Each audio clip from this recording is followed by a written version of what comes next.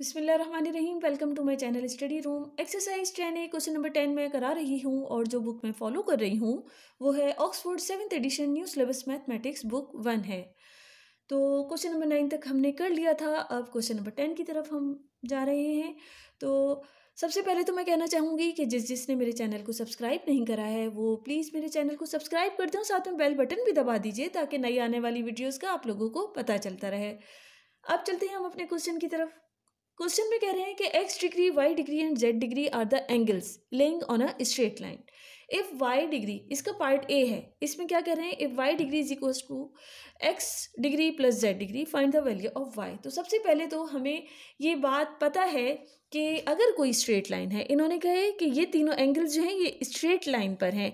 हमें ये बात पता है कि अगर कोई स्ट्रेट लाइन है और इस पर जो एंगल्स हैं, इन जितने भी एंगल्स होंगे इन सब का जो सम है वो किसके इक्वल होता है, वो 180 डिग्री के इक्वल होता है। सपोज करें ये है x डिग्री और ये है y डिग्री और ये है z डिग्री। इन तीनों का जो सम है, ये स्ट्रेट लाइन है इसलिए इन तीनों का जो सम है वो किसके इक्वल होगा, वो 180 डिग्री के इक्वल होगा। तो इधर मैं इस तरह लिख सकती हूँ x degree plus y degree plus z degree is equal to 180 degree. और हमें ये बताना भी होगा, क्या एब्रीवेशन है, कि एडजेसेंट एंगल्स जो हैं ये हैं adjacent angles on straight line. Straight line ये हमने बता दिया कि हमने ये क्यों लिया है x not plus y not plus x degree plus y degree plus z degree is equal to 180 degree. ये हमने क्यों लिया है, क्योंकि जो एडजेसेंट एंगल्स हैं ये इक्वल होते हैं, इनका जो सम है वो 180 डिग्री के इक्वल होता है। अभी इन्होंने हमको एक कंडीशन बताई है। क्या कंडीशन बताई हुई है, इन्होंने पार्ट ए में हमसे कहा है कि सपोज करें y डिग्री जो है वो किसके इक्वल है, x degree plus z degree के है। अब ये देखिए, अगर हम कह दें कि क्वेश्चन को देखते हुए if where is y degree ये किसके इक्वल है, x degree plus z degree के।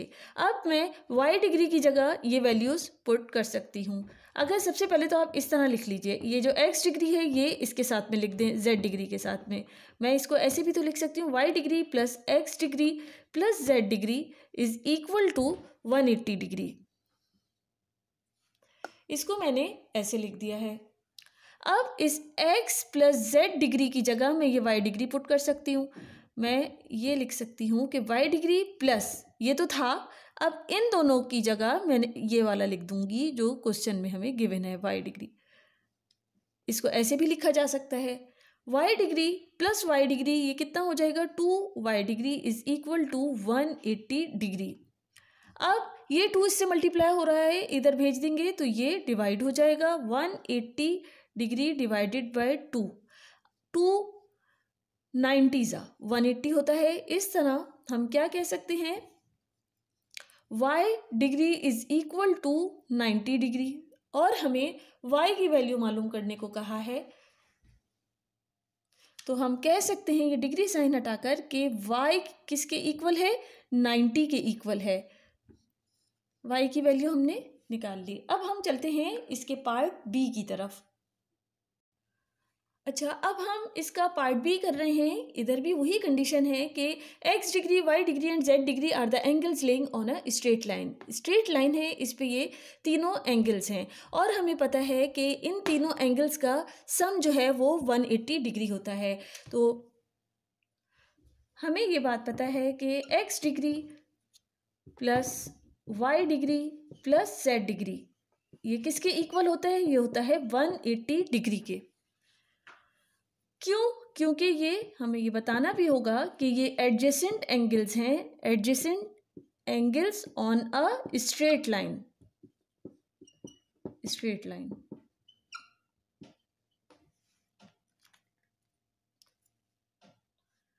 हमें ये पता था कि ये एडजेसेंट एंगल्स जो हैं स्ट्रेट लाइन पर होते हैं तो इनका सम जो है वो 180 डिग्री होता है।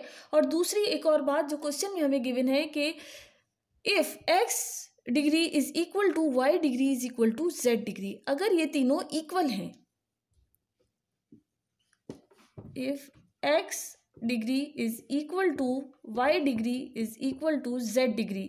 तो अगर किसी भी एक को अगर मैं सपोज करती हूँ कि जेड डिग्री, तो एक्स भी मैं लिख सकती हूँ एक्स की जगह जेड डिग्री, इधर वाई की जगह भी मैं जेड डिग्री लिख सकती हूँ क्योंकि ये तीनों इक्वल हैं। तो इधर मैं अगर पुट करती हूँ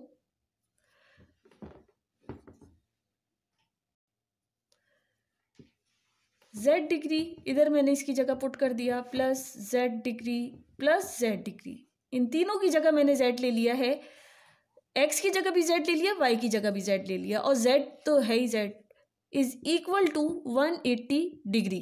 फिर हम इसको लिख सकते हैं 3z डिग्री। ये किसके इक्वल हो जाएगा? 3z degree is equal to 180 degree. हमें सिर्फ z की वैल्यू निकालनी है, इसलिए 3 को इधर भेजा, 180 डिवाइडेड बाई, इधर मल्टीप्लाई हो रहा था इधर डिवाइड हो जाएगा, और 3 6 18 0 का 0, और इस तरह z की क्या वैल्यू मेरे पास आ रही है? z degree is equal to 60 degree. हमें खाली z की वैल्यू चाहिए, डिग्री साइन हमने हटाया तो z किसके इक्वल आ जाएगा? z is equal to 60। और यही है हमारा आंसर पार्ट बी का। मुझे उम्मीद है आप लोगों को बहुत अच्छी तरह समझ में आ गया होगा, और फिर भी कोई कन्फ्यूजन है तो आप लोग मुझसे पूछ सकते हैं। मेरे चैनल को लाइक करना, शेयर करना, सब्सक्राइब करना नहीं भूलें। Thank you.